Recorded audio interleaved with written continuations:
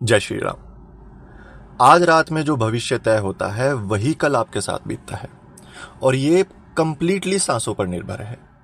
72 घंटे पहले की सांसों का चलन ही आपका भविष्य लिखता है। अगर सांसें गहरी होंगी तो आपका दिन चिंता मुक्त रहेगा, लेकिन ये 72 घंटे पहले सांसें जो आप ले है अपने वो छोटी हैं, उखड़ी हुई हैं, तो आने वाले कुछ दिन आपके लिए कठिनाई भरे हो सकते हैं और ये बात पहले से ही तय हो जाती है। जो लोग कहते हैं ना कि ध्यान में मन नहीं लगता, उनके लिए मैं अब आज बता दूं कि जिस दिन सांसों ने ऊर्जा देनी शुरू कर दी उस दिन आप समझेंगे कि सब कुछ इन्हीं सांसों से जुड़ा हुआ है।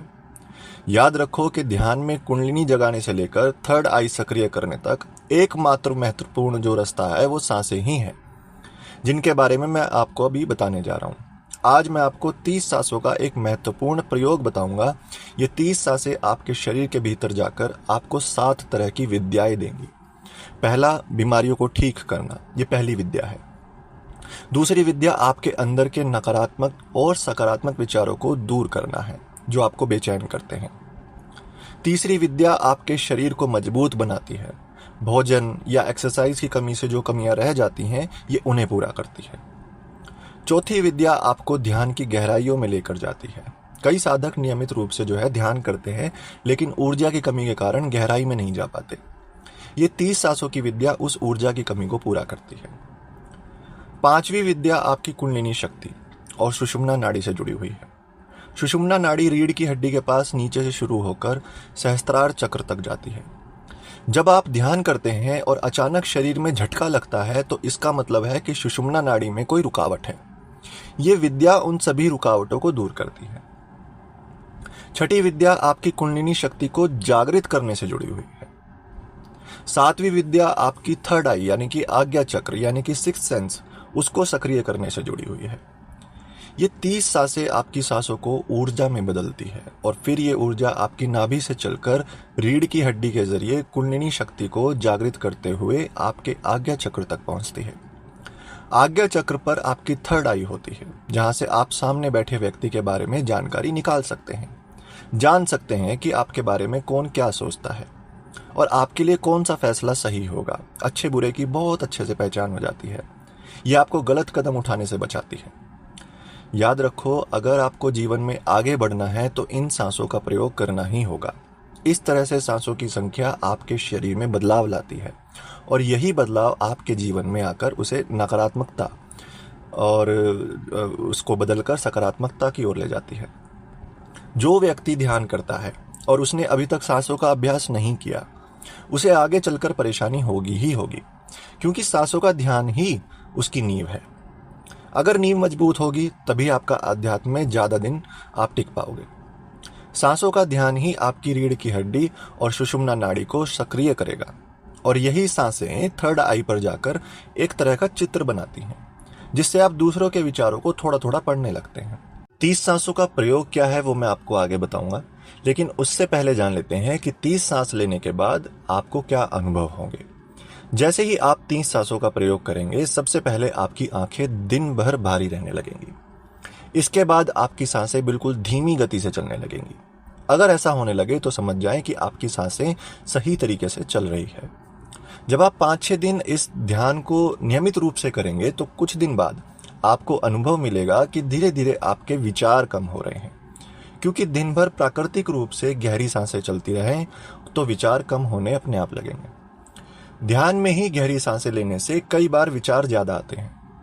अगर उन विचारों को रोकना है तो दिन और रात में जब भी आपको समय मिले आपको अभ्यास करते रहना चाहिए कि आपकी सांसें गहरी हों। अगर आप हर रोज 5 मिनट भी गहरी सांस लेने का अभ्यास करेंगे तो धीरे धीरे आपकी सांसें अपने आप गहरी होती चली जाएंगी। तब आप किसी भी समय किसी भी स्थान पर बैठकर ध्यान का अनुभव प्राप्त कर सकते हैं, क्योंकि सांसों के साथ जुड़कर ही आप शरीर के भीतर प्रवेश करेंगे और उसे स्थिर करेंगे और उसे अच्छी तरह से समझ पाएंगे। तभी आपको ध्यान के अद्भुत अनुभव होने लगते हैं। अगर आप आज के इस महत्वपूर्ण ध्यान को करना चाहते हैं जो आपके जीवन को बदल सकता है और हर रोज इसे करेंगे तो आपके जीवन और शरीर में धीरे धीरे बदलाव दिखेंगे। तो अपनी दोनों आंखें धीरे धीरे बंद कर लीजिए। आप इस ध्यान को बैठकर या लेटकर भी कर सकते हैं, इसमें कोई परेशानी नहीं है। बस आपकी रीढ़ की हड्डी बिल्कुल सीधी रहे, इस बात का ध्यान रखना है। मेरी आवाज और अपने ध्यान को एक साथ जोड़ लें, बिल्कुल एक हो जाएं और अपनी सांसों पर ध्यान लगा लें। सांस आपके शरीर में जाएगी और बाहर आएगी।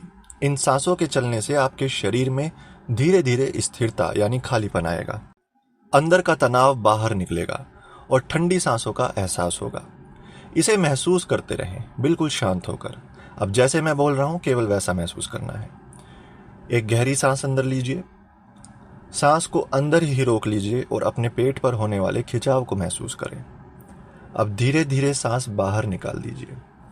इस प्रक्रिया को आपको कुछ 5-7 बार दोहराना है। बिल्कुल शांत, बिल्कुल रिलैक्स रहें। अब आपका पूरा शरीर भी सांसों के साथ ढीला पड़ेगा। सांसों के साथ साथ आपके पूरे शरीर में ढीलापन आ रहा है। बिल्कुल शांत और रिलैक्स रहना है। आपको कोई चिंता या तनाव नहीं है, बस आपका शरीर धीरे धीरे शांत हो रहा है।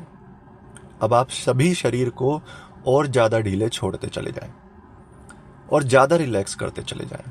अपने शरीर को अंदर से महसूस कीजिए। शरीर के भीतर उतरने की कोशिश कीजिए। शरीर के भीतर आप धीरे धीरे अब उतरते जा रहे हैं। बिल्कुल शांत रहें। सांसों के साथ जुड़कर शरीर के भीतर आप उतरते जा रहे हैं। ओम। बिल्कुल रिलैक्स रहें। आपको कोई चिंता या तनाव नहीं है। सांसों की ठंडक को पूरे शरीर में महसूस करते रहें। सिर से लेकर पांव तक अपने शरीर को धीरे धीरे और ज्यादा ढीले छोड़ते चले जाएं। आप ध्यान की गहराई में डूबते जा रहे हैं। आपके दोनों पांव धीरे धीरे ढीले पड़ते जा रहे हैं, रिलैक्स होते जा रहे हैं। जिन अंगों का अब मैं नाम ले रहा हूं उन्हें बिल्कुल ढीला छोड़ते चले जाना है। अब आपकी दोनों टांगें, टांगों में घुटने, दोनों घुटनों के अंदर से आपको महसूस करना है। अगर इनमें थकावट है, हल्का दर्द है, तो दोनों टांगों को और ज़्यादा ढीला छोड़ते चले जाएं। बिल्कुल शांत और रिलैक्स होते चले जाएं। ओम। आपका शरीर धीरे धीरे शांत होता जा रहा है, बिल्कुल रिलैक्स होता जा रहा है। अब आप सभी अपने आप को और ज़्यादा रिलैक्स महसूस करें। मानो कि आप कुछ भी नहीं कर रहे हैं, ना ही आप कुछ सोच रहे हैं, ना ही आपके भीतर कोई तनाव या चिंता है। किसी प्रकार का भार आपके भीतर है ही नहीं। बिल्कुल शांत। अपने दोनों पैरों को और ज़्यादा रिलैक्स करते चले जाएं। फिर एक बार ओम का उच्चारण करें। अब आप सभी अपने पेट पर ध्यान लाएं और ये देखें कि क्या प्राकृतिक रूप से आपके पेट में सांस आ रही है। क्या ये सही तरीके से जा रही है? पेट में आने जाने वाली सांसों पर निरंतर आपको ध्यान बनाए रखना है।